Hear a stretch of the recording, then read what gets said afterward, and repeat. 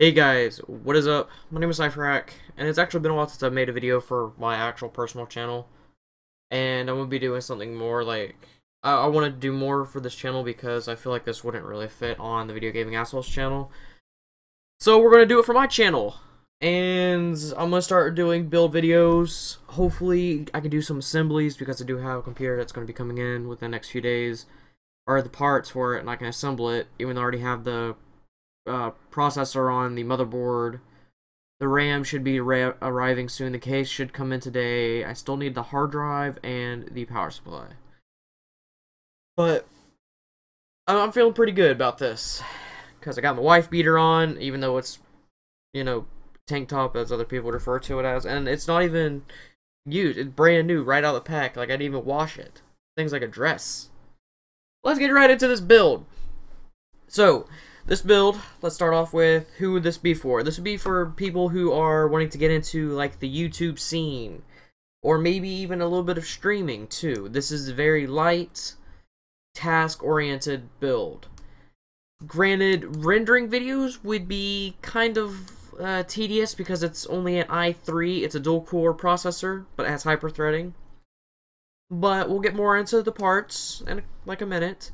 But I really didn't set out a goal for this computer, like as for price, but in the end it actually ended up being $500 or less, depending on what sales are going on. So that's pretty good. Didn't even see that coming, did you? I had to end the recording for a second because I sneezed, and it's not professional. So what we have here, it's an Intel based system.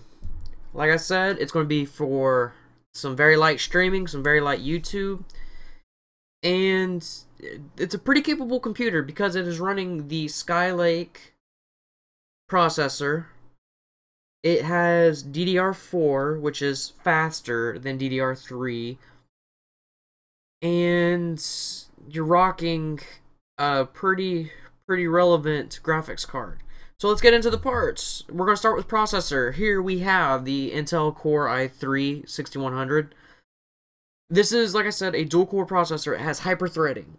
So that means that it'll show up having 4 threads instead of 2, like what a Pentium might have. Now, there's some pros and cons to this. The pros being that this is great for gaming. Like, this can game no problem. You can play games that require, you know, 4 cores like Far Cry 4, Grand Theft Auto 5, and this will be able to do that for you, whereas a Pentium wouldn't be able to. This is a little more power efficient than what the Haswell processors were, so this does not require as much power to get things done, so that's a plus. A negative thing is that you don't have 4 physical cores like what an i5 would have.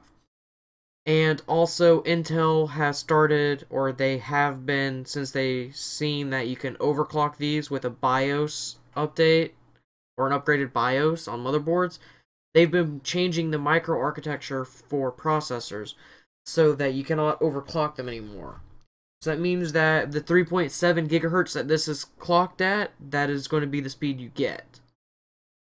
But another plus that I did not mention is that this has integrated graphics. So if you don't have the money for a graphics card, and you want to use this just for a light computer build, where you just want to do some light internet browsing, some videos, like watch videos, or really light gaming, you can still do it with this processor. Now let's move on to the motherboard, where the processor is going to be seated in, and that is a Gigabyte GA H110M. Now, this one kind of threw me for a doozy, because I'm getting to the mindset where it's nice having a Z170 board, because that is the overclocking motherboard. That's what you want to get if you're going to do overclocking, because it has the, like, overclocking setup. It supports it, and it gives you advice on what you can do to get the best overclock. And not only that, Z170, because it is the top of the line, it has all your different features that you could possibly want. Me personally, though, because I'm still running with old hardware, I was kind of doing this towards what would do good for me. And what would do good for me, this would be around that point. because from this picture, you can see along the back, there are still 4 USB 2.0 ports. To me, that's what I have on my computer now, and that's how I have like all my accessories. My Blue Snowball mic I'm talking into, my mouse, my keyboard. You know, that is what I'm using. I only have one USB 3.0 device, and that is my external hard drive that I store my music and movies on. So, me personally, like, I'm not up to the 3.0 stuff yet. I don't really know of too much stuff that's 3.0, but then again, I don't look at the peripherals. I look at computer components themselves. Now, what you'd be getting with this motherboard. Okay, you have your PS2 slots for your mouse and keyboard, the old style. You have your 2 USB 3.0 ports. You have 4 USB 2.0 ports. You have a standard audio layout. You have HDMI output. So you can get high definition video with this motherboard. You have a PCI Express 3.0, a 3rd gen slot, 6 SATA 6 gigabit connection, and it supports front USB port 3.0. And you also have 2 memory slots for your RAM that can support 2133. We went with a little bit higher speed because you can still do a little bit of overclocking for your RAM, which can sometimes also add a little bit of overclock for your processor. And something to note, it only takes a 4-pin CPU plug to power it, because this is not really meant for overclocking. This is meant as more of like a budget build. So, the generalization with this is because Gigabyte is a good brand. Gigabyte makes a lot of really good products. I feel like this one here is no exception. I feel like you would get your money's worth out of this motherboard. So let's move on to the RAM that would be going into the motherboard along with the processor. And like I said, we chose something a little bit faster than the speed they have rated for. And that is a Crucial Ballistic Sports LT 8GB 288 pin DDR4 RAM, clocked at 2400 megahertz. Now, the reason why we went with this. Some people say more is better. Some people say more is too excessive. But for me, I feel like for the price that you get for an 8 gig DIMM, you can't really beat it. I mean, if it's there for a great price, why not go for it? Like I said, you can always clock up to the speed of this, which will make your onboard video a little bit better. You'll get a little bit more performance. And with RAM, I feel like your speed and capacity really affect if you're going to be recording and editing videos. Like, I know if you have more capacity, it helps with it because it has more RAM that it can access. And with you running with an 8 gig DIMM, it gives you the ability to expand to 16 gigs in the future and run dual channel mode. Now, if you wanted to do a 16 gig kit, we can just click right here, and you can see it jumps a hell of a lot of money. So, that being said, an 8 gig stick, great price, even though their pricing's probably messed up on that. Yeah, that's horrible. That is horrible. So anyways, let's leave that little mess behind. We're going to go into the storage, which is going to be just a Seagate desktop hard drive. It's a 1TB hard drive with 64 megabit cache. I like Seagate products. You know, I've worked with Western Digital too. They're both great. They both get the job done. This is meant to be mass storage, and this is meant to be more budget oriented. So, the Seagate is cheaper than the Western Digital. You know, hopefully in the future you might upgrade to something a little bit more reliable, or another one for more storage, or maybe even an SSD for faster performance. So, you know, who knows? Like, honestly. And one thing I should note that the motherboard does not support M.2 SSDs. So, if you wanted an SSD, you'd have to get it in the 2.5 form factor or a PCIe SSD. Nothing in the motherboard. So, for the video card, we went with the Zotac GeForce GTX 950. It's a 2 gigabyte card. And the reason why I chose this one was because for the parts you have, I wouldn't shoot for anything over 1080p. 1440 you might be able to get, but you're going to be pushing your PC quite a bit. With this, The GeForce GTX 950, all of them, from my understanding, are like set for 1080p gaming. You can do less, so if you don't have a 1080p monitor, you can always bump it down. But this here, I want to say it maxes out at 1080p. Like, this is meant to be a budget-oriented card. Set kind of to replace the GTX 750 Ti. The only difference is this one requires a power plug from the video, or from the power supply. And that one requires, I want to say probably a 6-pin, if I'm not, yep, there it is, a 6-pin. And something else, like you can run these in SLI, so if you want a little bit better performance, you can grab a second one for $155, throw it in, get your SLI bridge, and you can go to town. Get a little bit more performance. Not only that, this is also a smaller form factor card. I was going to say low profile. This is a smaller form factor, so it's not going to take up as much room. So if you're working in a compact case, this is a really great card to have because it's not going to take up a lot of room. And yeah, it supports your DVI. I want to say that's a DVI-I and a DVI-D.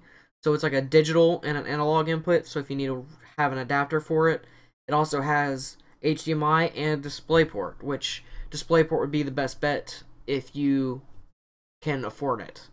I know my current financial standing, I'm doing DVI. It's the cheapest. So, for the case that everything is going to be fitting in, we went with the Thermaltake Core V21 Black Extreme Micro ATX Cube Chassis. Whew, that was a lot. But the reason why I went with this is because I actually have been wanting to build on this case for a long time. Like, I've seen this case, and I'm thinking this is probably, it would be a little bit of a challenge because I've never worked in a smaller form factor case like this. But I feel like it would be a lot of fun, and it's really nice because it has a side window. The front is mesh, so the fan in there can suck air in, and I believe it is even filtered. So when it is pulling air in, that filter will catch all the dust, so it'll help keep your computer a little bit cleaner on the inside. You still would have to do like your annually cleanup of everything, which would result in better performance, but there's also a mesh there on the side. And then let's look on the inside. Something I really like about this case too is the fact that it also supports a full-size power supply. It does not take an SFX power supply, so you can still rock your normal size power supplies. And it's really compact, where some cases are vertical, this is more horizontal. And so if you have a desk that you don't want a giant tower on, this would fit perfectly.